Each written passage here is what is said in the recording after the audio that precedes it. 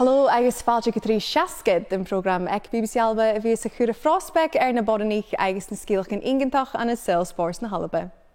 Is me Iona Ballantyne agus mí toite fáilte chuúr cluicheadair Rugby na h-Alba, Rachel Law an studio in Teachcinse. Program na héiche nacht, cluinnidh sin bhfuil cluicheadair hocaidh na h-Alba, Amy Costello, mun scíalach Geamaichean na spórs agus mun na dochsan ag an skippa náisiúnta thoiseach Geamaichean na Còmhla an in Birmingham. Agus fear Michinas Rachel sùileachadh cúisce na Cruinne na searh an gheam Jeremy h-Alba son fáin go Cupa Rugbaidh na Cruinne in Colombia chiad agus brúna sin Muhammad na skippa thoiseach an arpis an Shellan nuach. Rachel, welcome to 360. Thank you very much for having me on. It's so nice to have you on for the first time because it means we get to hear all about you. So if you can actually just bring us back to the start of rugby and actually how you got into it in the first place. Yeah, so I started playing rugby when I was 4 years old. My dad just played down at the local rugby club Pennycook, so myself and my sister would be there every Saturday watching him play and just naturally picked up a rugby ball and we'd chuck it to each other. So that's essentially where the love of the game came from. Came all the way up through Pennycook minis up until we got to secondary school and then started with Murrayfield Wanderers and came through their girls ranks as well. And now you are a Scotland international, you're still playing club rugby too. How is that for you? Yeah, brilliant. So after I'd finished it at Pennycook, I went to university and I played for Edinburgh University, which they have a fantastic setup for women's rugby there. So I really improved my game. And then once I graduated from Edinburgh University, I moved on and played for Watsonians Women. A fantastic club again. I have a really good women's setup and I'm absolutely loving being involved with the girls there too.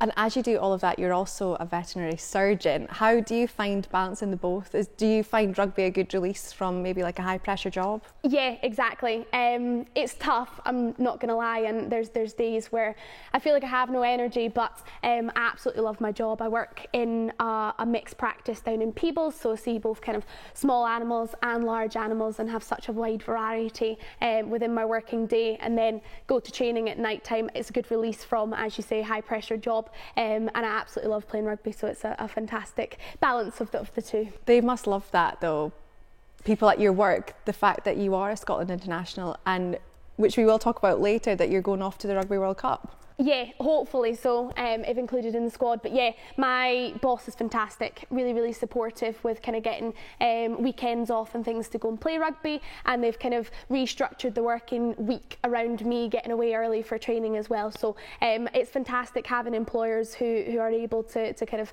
help me achieve my dreams and hopefully allow me to go to a World Cup in September time. And the thing is, your sister is also a Scotland international. How is that between the two of you? Do you quite enjoy it, or is there like that kind of underlying sister battle? Yeah, no, I get on extremely well with my sister. We're like two peas in a pod, but we're so different as well. And yes, we're very competitive. The pair of us very competitive. And I've not actually played international rugby with her, so I would love to get that opportunity. The two of us to get on the pitch together would be amazing. Because she just won her 50th cap, didn't she, during the Six Nations? So do you kind of see that and think, right, this is what I aspire to do too? Yeah, exactly. She is one of the most dedicated sports people I know. She works so hard, and to watch her achieve 50 caps was incredible. My family we're so proud, and yeah, she inspires people every single day. She inspires me every single day, and I would love to do the same. It's funny that the two of you haven't actually played together yet. Are you just kind of waiting for that moment to come? Yeah, so we've played kind of club rugby together. So we both played at Murrayfield Wanderers, and there was a couple of games that we got to play there. And then she did a master's at Edinburgh University while I was studying veterinary medicine there. So we managed to play a couple of games together there, and it's fantastic because we're on the same wavelength, and there doesn't really need to be any communication, and we know exactly where each other are going to be and what each other are going to do. So to play in a Scotland shirt alongside her would be amazing. Are you hoping that the stars maybe align for later on in the year? Fingers crossed, yes, fingers crossed. Hopefully the pair of us will be heading out to New Zealand, fingers crossed, if all goes well. And yeah, to play on an international stage in New Zealand together would be an absolute dream come true. What is the mood in the squad like just now as you kind of look ahead to the Rugby World Cup? Like I say, we will be coming to that in more depth soon, but even just the general feeling just now. Excitement, a lot of excitement. Bit of nerves there as well. Obviously Scotland haven't been involved in a Rugby World Cup since 2010, so there's no one actually in the current squad at the moment who's been to a World Cup, so I think it's very much a new experience, but one that we're really, really looking forward to. Women's rugby in Scotland is on the up as a whole, so I think to be given a platform like going to the Women's World Cup to continue to kind of inspire the next generation is a fantastic opportunity. So I think the girls are really looking forward to that. Because the thing is, the Six Nations results-wise maybe didn't go to plan. Is the squad, have you kind of picked yourself up, maybe put that behind you and you're now looking ahead? Yeah, exactly. It's tough. The Six Nations is a tough tournament. You're playing against international, let's take England for example, all of them are professional athletes. They've all, their job is rugby, whereas for all of us, we've got other jobs, we're at university, things like that. So the balance is difficult, and it's hard to compete at that level. Albeit we didn't have a fantastic Six Nations, but we're coming off the back of kind of a 2-year long run of trying to qualify for the World Cup. Which was so good. Yes, so there's been highs and lows definitely in the past couple of months, but I think the girls will just be looking forward to kind of hopefully going and rectifying some of the things that went wrong in the Six Nations in the World Cup. It's all part of sport, but we will be coming back to that shortly. Walba rinne hocaidh na h-Alba, Amy Costello, mar fear sin skipa ag bhreatain a cho sin bán ua ag Geamaichean Olympicach anna Tokyo. Frín Ep37 gus barach ishe mu am rútacin siar a bhílis na Bheir agus mar a sin ar brosnachag a thuairscí ar son sùileachadh san spórs.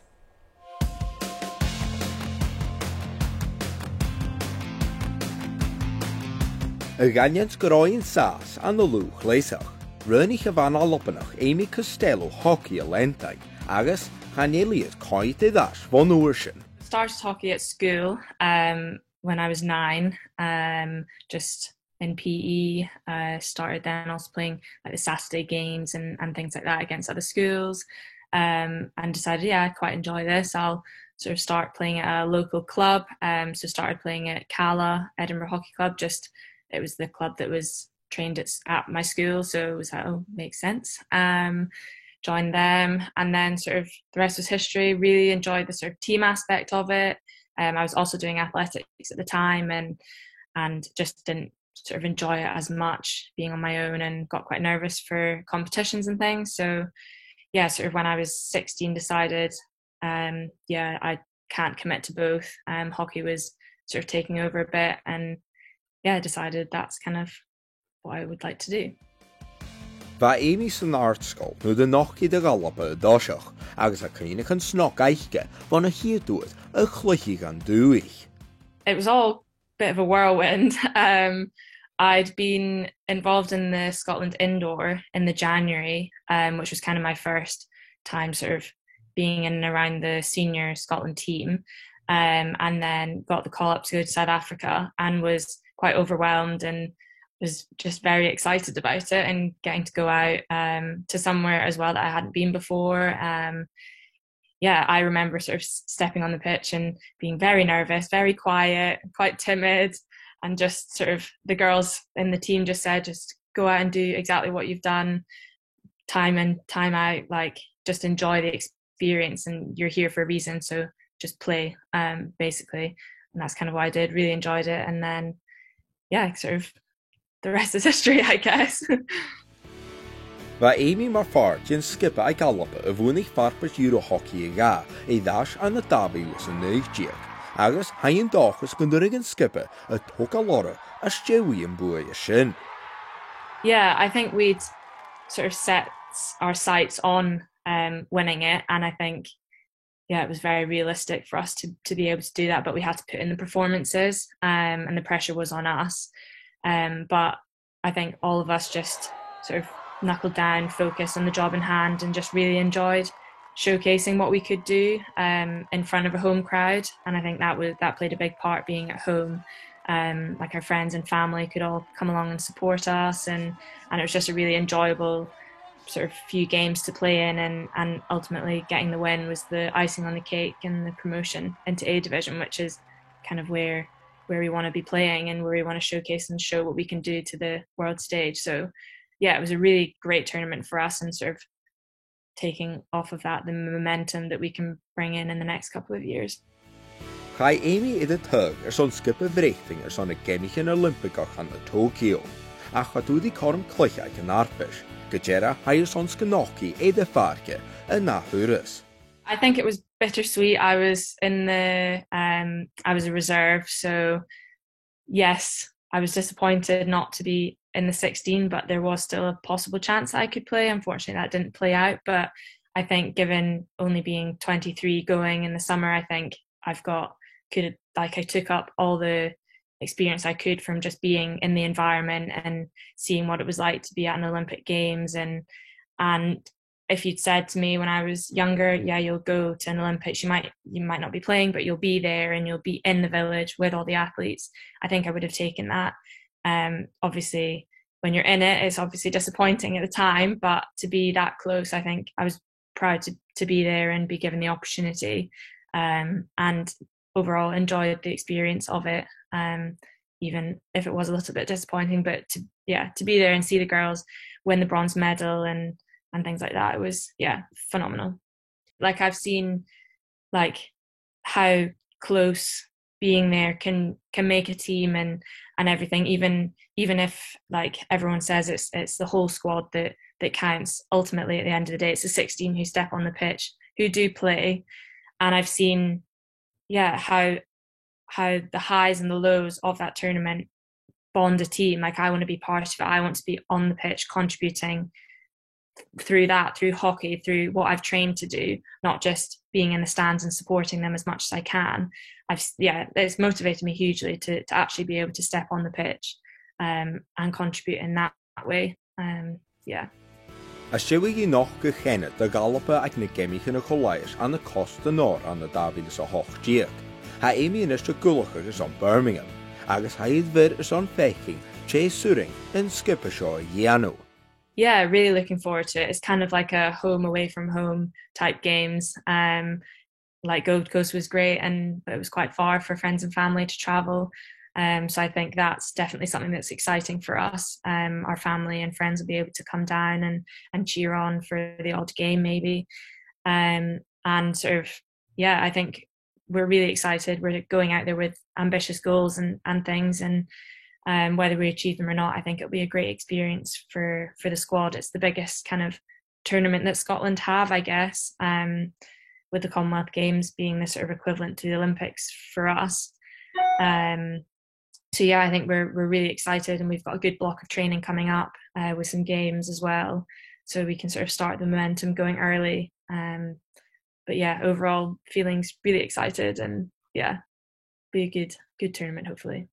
I'm still quite young. I've got sort of more goals to come in the future, but looking back, I think like it's been a roller coaster of a ride. There's been some incredible highs and some incredible lows as well, but that's just part of your individual story. But it makes sort of the hard work and the sacrifices that you made when you were young, and even now, kind of worth it when you get to stand on the podium at the Euro Champions too, and get selected for things to represent your country, whether it's just a test series that's capped and just to pull on that shirt is a proud moment, regardless of whether it's a major tournament or not. Just to be able to say that I play hockey as my job I feel incredibly grateful to be able to say that. And it's not just me getting the opportunity, it's how the past sort of paved the way for us to be able to do that as well. But incredibly proud of sort of what I've achieved so far and hope to in the future. Rachel, I saw you nod along to quite a lot of that. Is there quite a lot that you can resonate with Yeah, massively so. Amy's so dedicated, and as you said, she started in school and came all the way through, and her ambition is to play at the Olympics. So yes, she talks a lot about the highs and lows in sport, being involved in squad, just missing out on being involved in sport in the squad. So yes, a lot that resonates with me as well. And even she was talking about the kind of like bittersweet moments and coming back from that. How do you sort of deal with those moments in sport? Challenging. I've had quite a few injuries. I damaged my knee last year, and coming back from that is tough. What's good about kind of my sport and rugby is having that team around you. There's always other people who are doing rehab, and we have fantastic physios as well. So the real team mentality comes out. Everybody pulls each other along, and they're a fantastic group of girls that I work with. So bring everyone up when they're having those lows. I was actually going to ask about the team mentality, because Amy had spoken about it too, about kind of leaving that individual sport to being part of a team sport. Do you I'm sure you find that yourself? Yeah, massively so. I did a lot of sports kind of growing up, but I think rugby was one of my favourite sports because of that team mentality. I loved looking left and right and having people that I knew had my back both on and off the pitch. So I think, yeah, rugby's a fantastic sport because of that, because of the team spirit, and the Scotland girls sure do have that as well. And Amy had also mentioned about the excitement building up to the Commonwealth Games, a major tournament. We're kind of talking about it in the first chat about the feeling among the Scotland squad just now building up to the Rugby World Cup. How are things in general? Yeah, everyone's massively excited to go to New Zealand to play in a major tournament like the World Cup is something that I think everybody dreams of. So excitement, and I think the girls are just looking forward to getting into the next block of training after the Six Nations, and getting stuck in and seeing what we can do. What's interesting, which she's touched on again in our first chat, which I wanted to just hear a bit more about, is Scotland and actually where the team stands just now in terms of professional contracts. When you look at the rest of world rugby, I mean, in the Six Nations, Scotland are coming up against England, fully professional, France, fully professional, Wales, they handed out 12 professional contracts this year. I know Ireland said that they wanted to have a fully professional squad ahead of next season's Six Nations.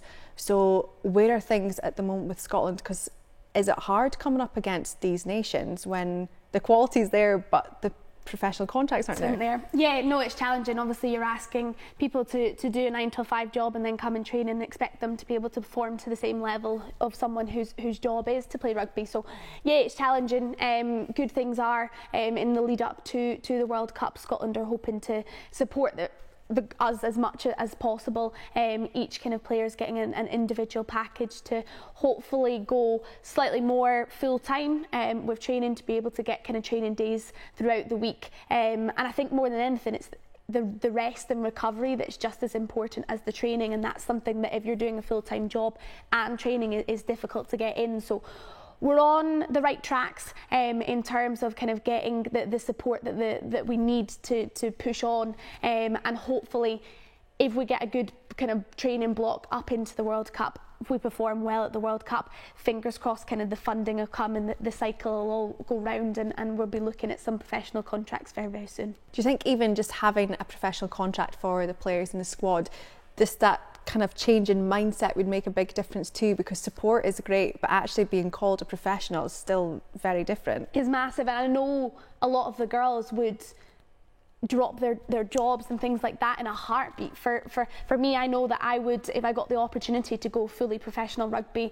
then yes, I would take it with both hands. I think you can only play rugby for a small amount of time, albeit I think lots of people's bodies want to keep going on, but you're only going to be able to play rugby for a short period of time, whereas we'll be able to have these careers kind of for the rest of our lives. So I think to be able to have the kind of title of being a fully professional rugby, and that's what you focus on, you can get the rest right, you can get the nutrition right, you can get the training right, and hopefully kind of everything comes from that. Because that's the thing, even though the Six Nations didn't quite go to plan for Scotland, you could really see the quality on the pitch. It's not a bad team, it's just there's just something missing that these other home nations have got. But even when you look at the group at the Rugby World Cup, coming up against New Zealand, Australia and Wales, I mean, New Zealand, again, they'll be fully professional, and the same with Australia and Wales. I'm sure might expand that to their full squad. So yeah, it's going to be tough. It's really going to be tough. I think positives to take. Obviously, Scotland played against Japan in November last year. Japan just played against Australia and beat them 12-10. So we have the ability to be Scotland can beat Australia. Yes, we have the ability to compete at that level. I think it's having the belief and having the foundations to go from there and hopefully be able to put in some good performances.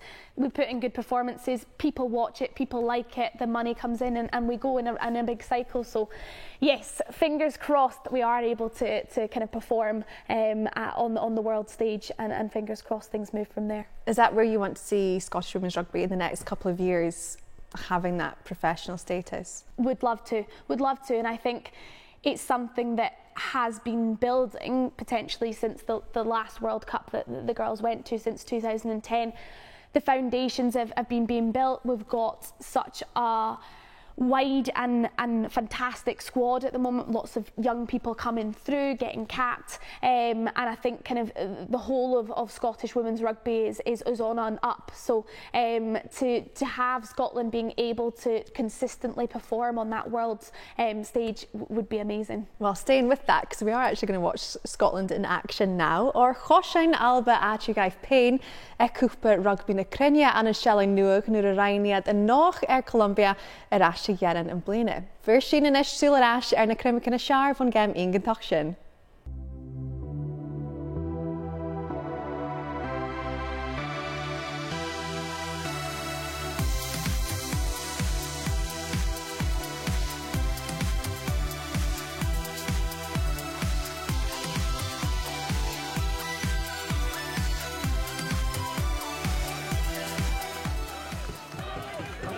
Der fat na park yn ysgyd Maxwell y tîn yn Nghafeg. Stiach yn y fian yn esir a lo, mach go concol. Agus y stau hwn a loen I heis, fel I ffasgur ha hi stau. Chiad sgôr, dy galapa, ar esir a loen Lisa Thompson.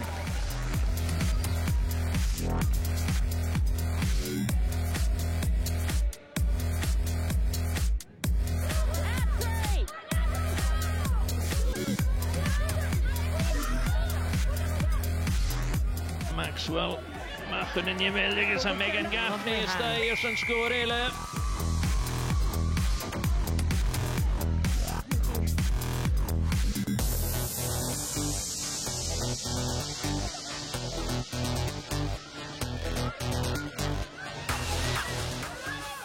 Lisa Thompson ar y cas yn y ddys, Sarah Law, Didi La Hyn, Rhywun a Lloyd.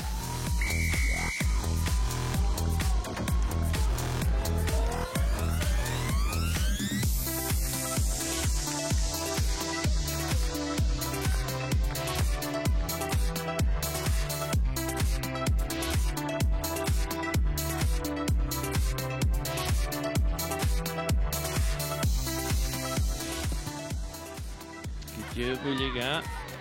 Er zijn etter een push, en is push de sculpt uit. Hier is Jade Conco. Deze kremmer gegeven, is sluiter kan waar. Ramirez het Jennifer die gillen is. Zeer laag, doe de shola heen.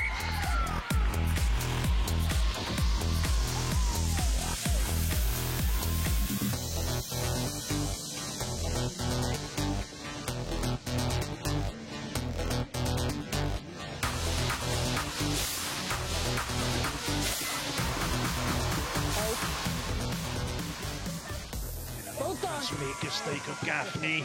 Gaffney van de Loini. Megan Gaffney daarheen. Tremendous.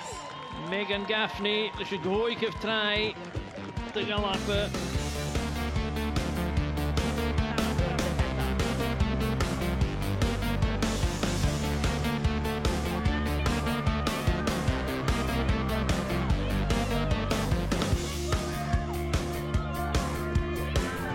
They might as well drive it over, I think, is the view. Jade Conkle, oh, what did she do? Did she drop on it? Yeah.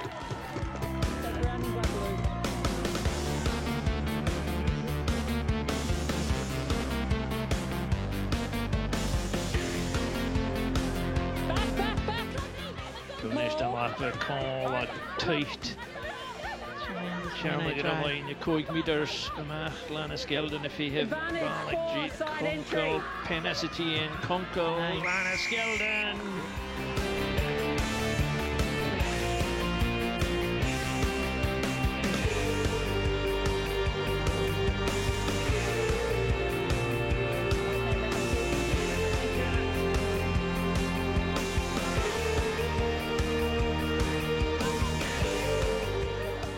Siawnish na hadalín dyn garam y mwy sio. Chloe Rowley. Sa sgôr eil y tîn. Agus yr chiad choram Evie Willis.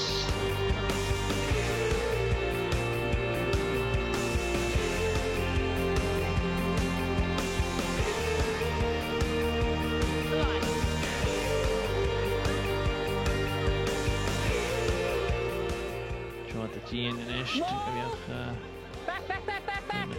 Straight the finish and it's in the Colombia and then kick here. And show Thomas Day the at the back. Molly's got it. Molly right. Hanning. Fantastically. On the line as in Fashgilor.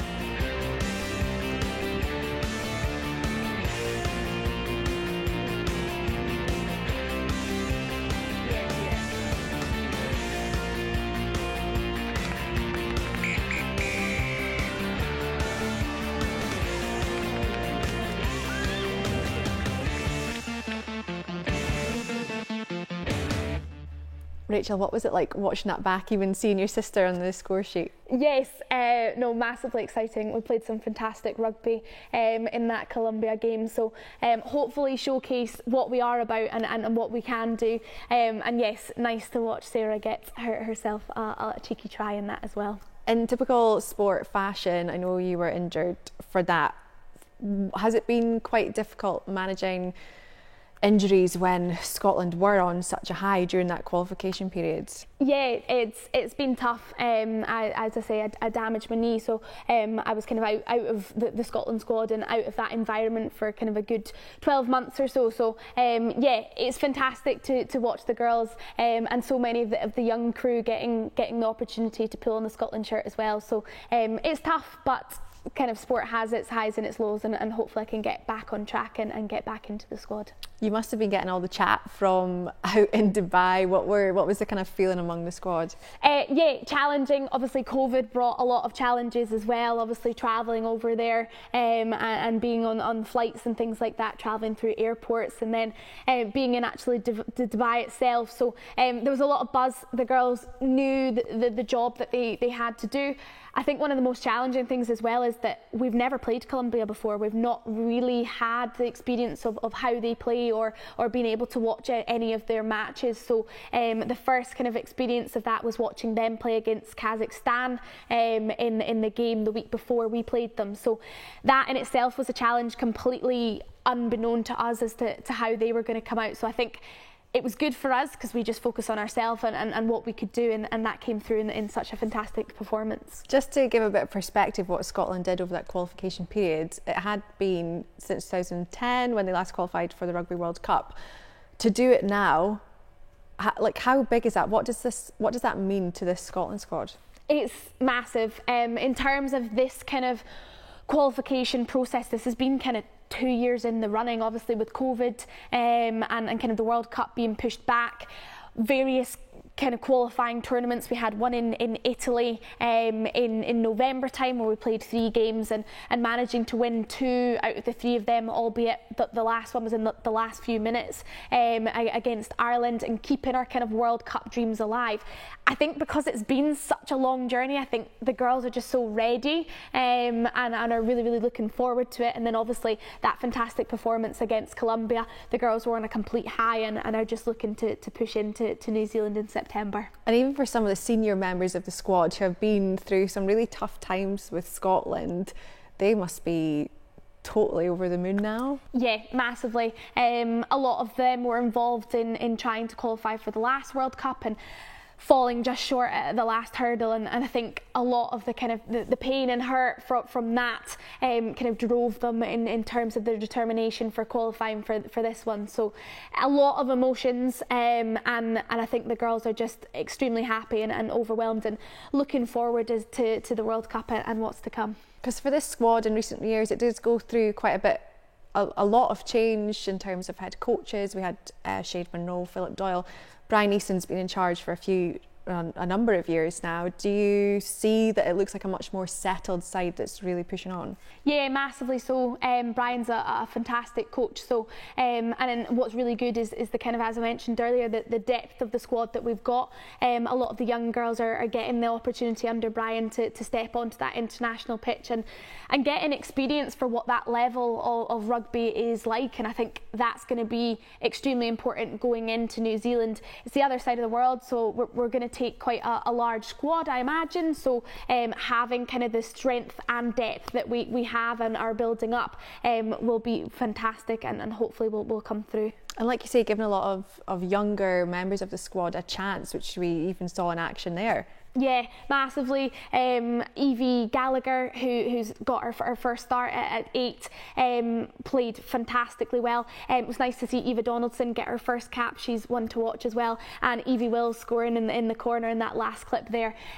All of the young team have been working so hard coming up through the past couple of years or so. So it's fantastic to see them being able to pull on an international jersey and getting the recognition for the hard work that they've put in. There's no denying that New Zealand will be tough. Playing in that group out on the other side of the world will be difficult. What are the aims for this tournament, for the group stage? I think putting out good performances, albeit we're coming against some of the best teams in the world.